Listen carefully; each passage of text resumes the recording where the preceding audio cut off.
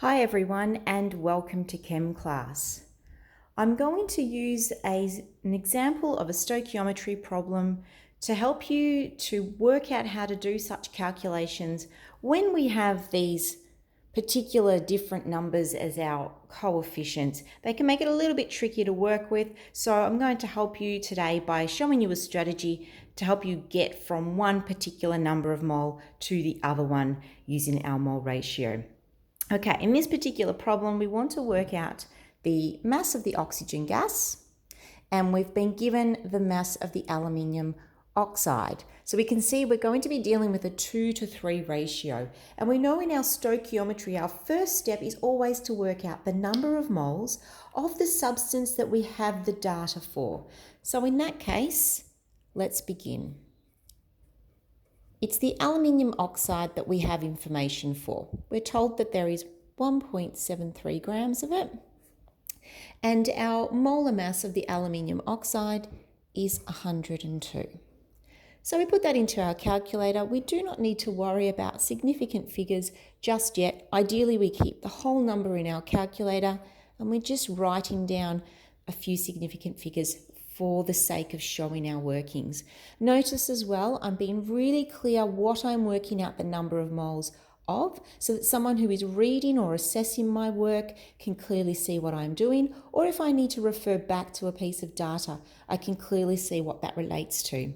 So first step, number of moles. The second step in our stoichiometry is to do our mole ratio. As I said, we're trying to get from this particular piece over to this piece. So what we need to do is write out in notation what we are doing to get there. We need to get to number of moles of oxygen gas. The number of moles of oxygen gas has to be written in relation to what we're doing to our number of moles of aluminium oxide. So what is the strategy that I want to show you today?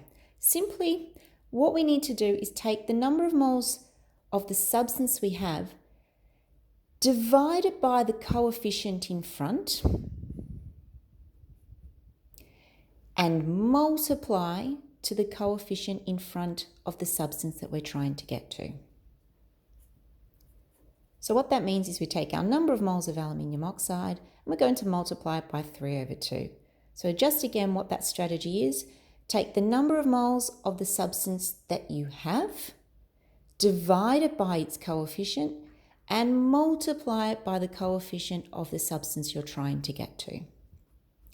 Then we'll have our number of moles of oxygen. So if we take our number, put that all into our calculator, we will get 0.0254.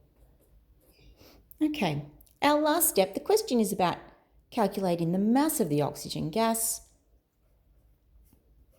So we know that we can rearrange this particular formula to get to mass. We can take our number of moles. Again, we've got this whole number in our calculator. We're just writing down our workings. We don't have to write out all the decimal points that might be applied. And we're going to multiply it by the molar mass, 32, because it's O2 gas. On our calculator, then we pay attention to our significant figures. The questions provided us with 3. So our final answer will be that. Okay, I hope that helps.